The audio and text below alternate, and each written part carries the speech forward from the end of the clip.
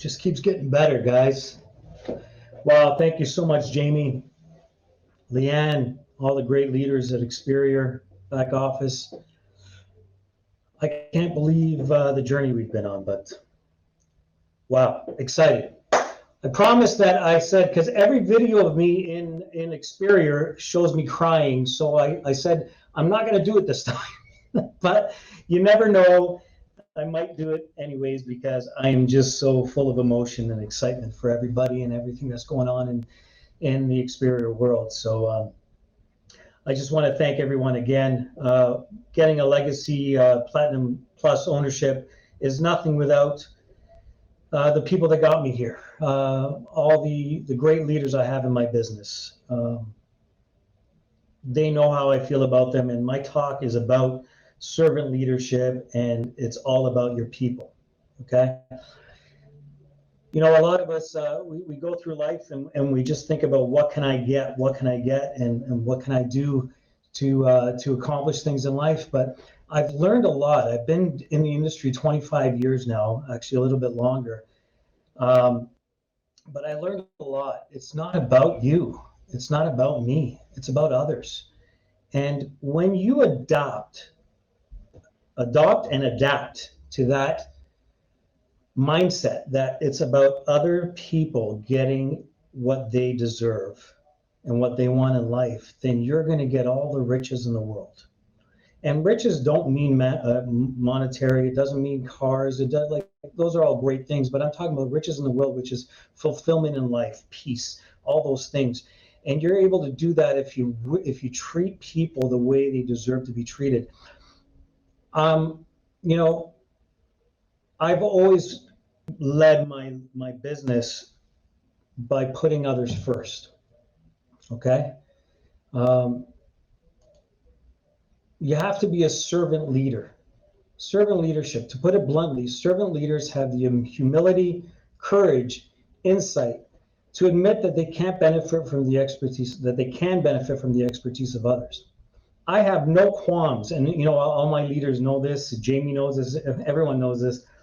I'm not the biggest tech guy in the world. I don't know everything about every product. I don't want to know everything about every product, and I don't want to be the most techie guy in the world. But I do know one thing, that if I surround myself with people who do know this stuff, I can build a great business. And that's what I've been able to harness over the past 20 plus years in my business, but more so in Experior, that I've surrounded myself with leaders that show up. You know, a servant leader seeks the ideas of unique contributions of the team that they serve. Servant leaders create a culture of learning. I never pretend to know everything. I'm always learning. 25 plus years later, I'm still learning. You know, and I learn from the people that I trust, that the people that I give leadership to the people that have gone before me and know more than I do. You know, I can't always pretend that I know everything. You know, humility and servant leadership do not imply that leaders have low self-esteem. Listen, by giving up the power to someone else, by giving up the accolades and the recognition to someone else, doesn't mean that you have a low self-esteem. It's just you want to emphasize that, you know, as a leader, you're responsible to show people that they have ownership, to show them that they're rewarded for following you. Encourage them to think for themselves and try their own ideas. You know, in our former company, I'm blessed to have Frank DeLeo as one of my top guys, brother, friend. Wow, there's just no words to describe who he is in my life. But that came with a lot of time and encouragement that I gave up to him while I was still trying to figure this thing out.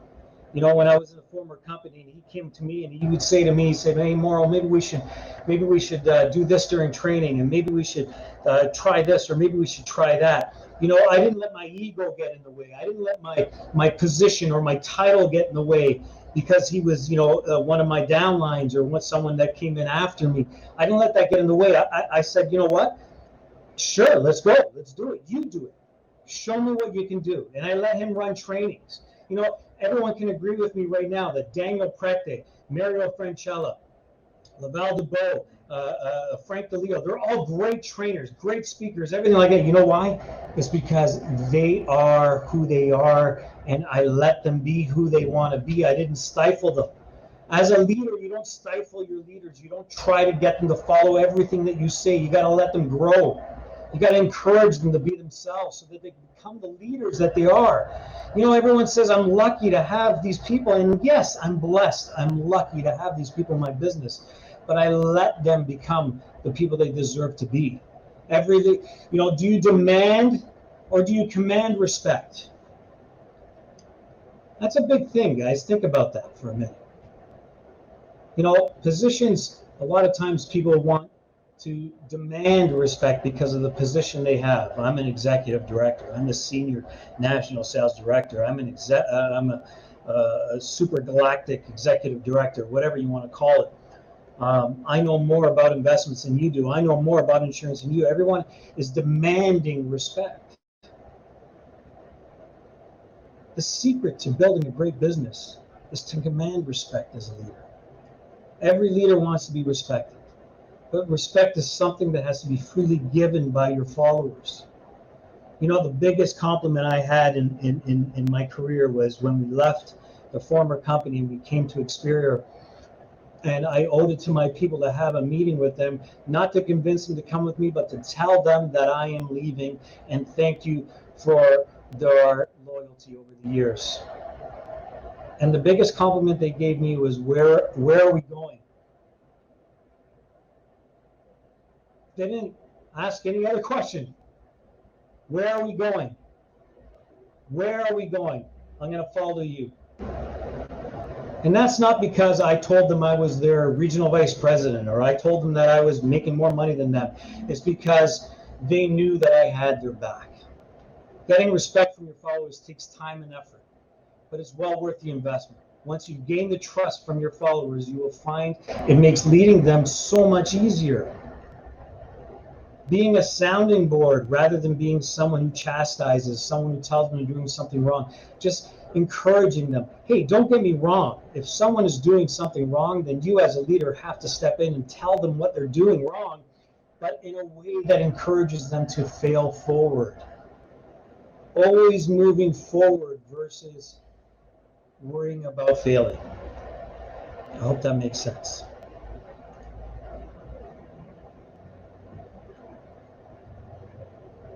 Let's talk about the 5 points of being a great leader. 1, be honest. Always be honest. Don't use manipulation, conceit to get your way. Don't bang your chest. Look at me, look who I am. Be open and honest about where you want to go and try to persuade people to come with you based on vision, not deceit or force. Guys, I can't tell you how many times in my former company, and this is no knock on them, but the people that maybe I surrounded myself with, I couldn't see myself 19 years with that company, full-time, 6-figure earner, respected and did the best job that I could with the products that we had. I couldn't see myself getting to higher levels without deceiving people. That's not who I am. That's not who you are. That's not who Experior is. Experior is a company that you can be honest, that you can show people the way, you can show them the vision. You can support them. You don't have to lie to them, manipulate them, get them to put in an AOA just so you can win a contest, so you can get a freaking t-shirt or so you can go on a trip. That stuff made me sick to my stomach. You know, I had followers in the business that are now leaders that I look up to, like Frank DeLeo and Daniel Preti. Daniel used to say, what a friggin' speech, by the way, Daniel. You're incredible, man. But Daniel, I remember him almost in tears in my office, you know, about wanting to leave the business because he couldn't do it anymore. You know, he couldn't put the effort in and get zero results. And I owed it to him to not just give him the fluff. So when Experior came along, I said, I'm out. It's not just for me, not just for my family, not just for my clients, but it's for my team. They put the time, honesty, loyalty, everything into me, then God damn it, I owe it to them. And I apologize for swearing. I owe it to them to give them the best opportunity that they have, that they can get. Be humble. The minute you feel you deserve certain things because of your leadership role is the minute you've lost any possibility of being a leader. I never, ever say that I'm great because I'm great. I always say I'm great because of the people around me.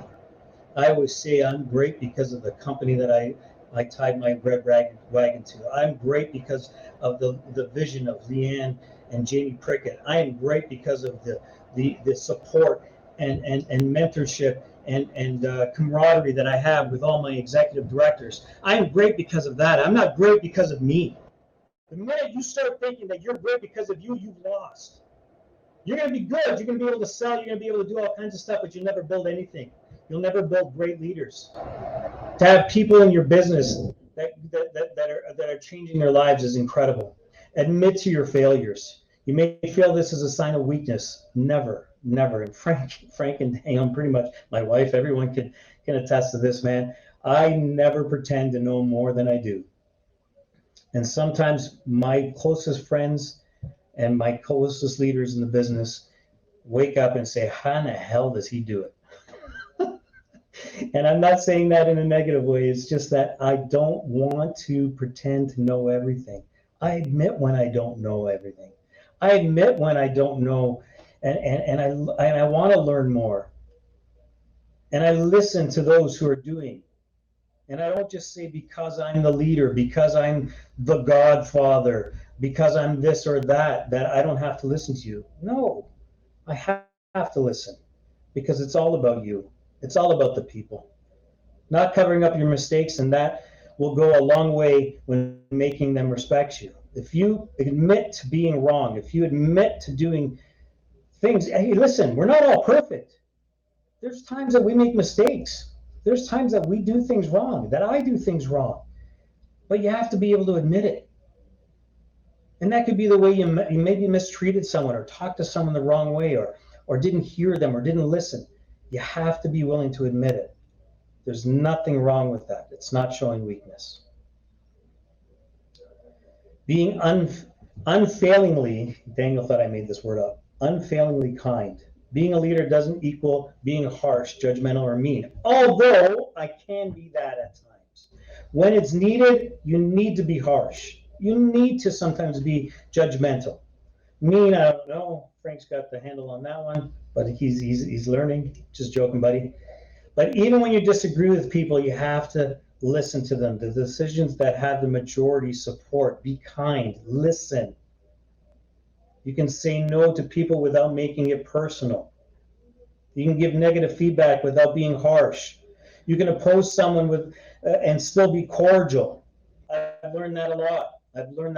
When I first joined Experior, Jamie and I would butt heads like you wouldn't believe. Even Frank and I, for the many, many years, we would butt heads together, but now we get along so well, Jamie, myself, and Frank, that we bounce things off each other. We may not disagree we may not agree all the time, but at least we're cordial. We respect each other. Don't make fun of people. Don't talk behind their backs. There's a lot of people out there who will talk behind your back when you're speaking. Like right now, there may be someone emailing or texting someone in a group saying, oh, Mauro, whatever, blah, blah, blah, blah, blah. That's fine. But just know that if you do that to your leader, someone's going to do that to you. Show love and grace in all your contact with people. Treat them as Jesus would, for those of you who are religious. If those of you who are not, treat them as they deserve to be treated. As they deserve to be treated. Not as you deserve to be treated. How does someone want to be treated? Make sure you treat them that way. Put others first. As a leader, you have to put the interests of others first. You're the captain of the ship. You go down with the ship. When there's a disaster strikes, you don't run and try to cover your ass. You don't try and make sure that everything's okay for you. You always look at it in a way. I always look at it as, hey, how does this benefit everyone?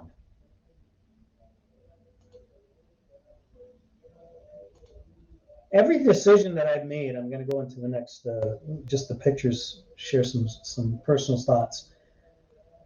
But being on the ELC, which is a great honor, being part of the executive directors, it's a great honor being a confidant for Jamie and for with and Frankie and everyone else is an honor.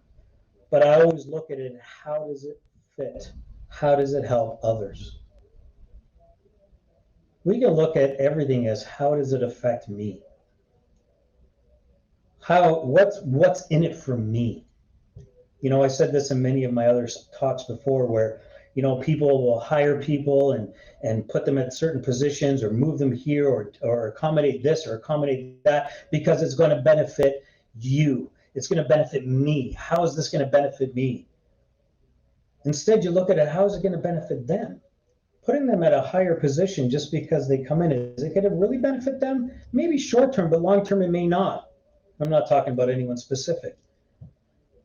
You know, doing things, you know, half-ass or behind the scenes or trying to, you know, fix the numbers so that you're putting things in at the last minute. Does that help you to get recognition?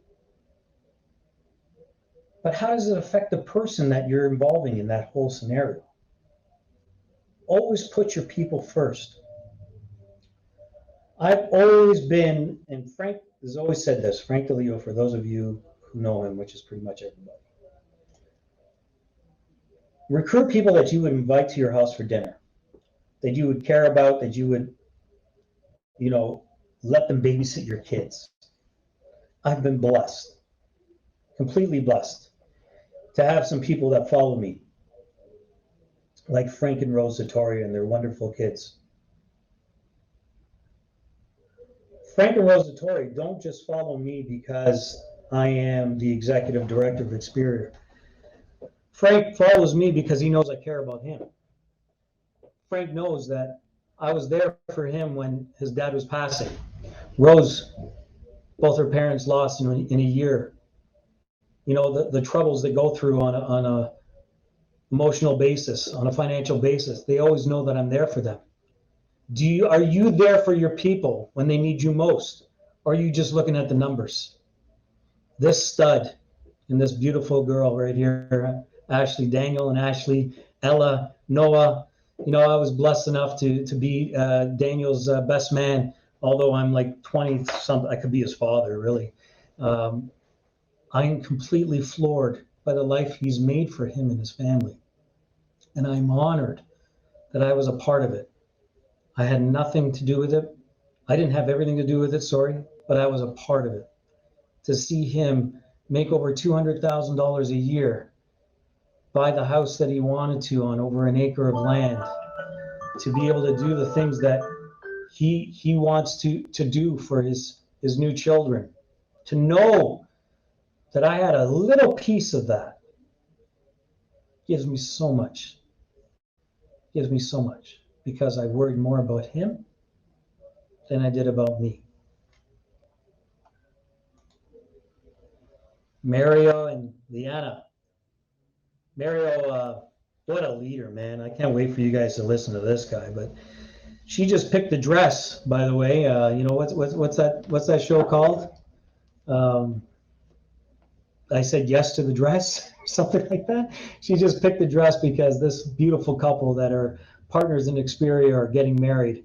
And Mario has been through a lot. And I remember before he joined Experior that I knew about his personal health issues, his personal issues growing up in the business and the people that he surrounded himself with, about his father having a stroke, about him taking care of his parents. See, I learned about all this stuff. Why? Because I asked about him, not just about me. I didn't worry about me and how Mario was going to affect my business and my life. Every time I picked up the phone or I looked on Facebook or I texted him, it was all about him. You have to do that, people. You're not doing it to get something. You're doing it because you're showing them that you care. And when you show people that you care, they'll go to the end of the earth for you. Laval, Natalie, they're beautiful children. Sorry, Laval, this is a little bit older. I know the kids are a little bit bigger right now, but what a family, what a couple. These guys, I envy them. They spend so much time with their kids and on vacation. And Laval is the greatest leader that I could ever ask for in this business. His knowledge, just the way he trains and he teaches, but also his heart. His heart's in the right place. And when he needed me, I was there for him. And when I needed him, he was there for me. And it had nothing to do with business. And then there's this goof. Frank DeLeo, Yolanda, Ava, Sophia, Annalise. It's my second family.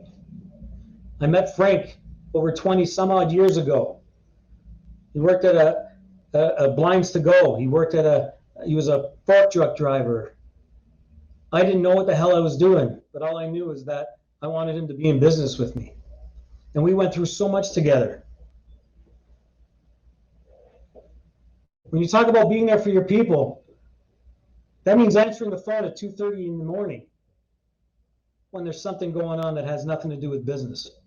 That means being there for them when something happens in the family and you're the first one to show up at their door. That means when something's wrong that they can count on you 100%, and it has nothing to do with business. I'm telling you, if you build these types of relationships with people, they will fight to the end of the earth for you because they know that you're doing the same for them. True leaders don't create followers. They create more leaders. I'm so blessed, so excited. I can't wait to go to Mexico with all of you. I can't believe every day is, guys, if you could live in my shoes for a day, it's like winning the lottery. And I'm not just talking about money. I'm just talking about the freedom. I'm just talking about the peace of mind.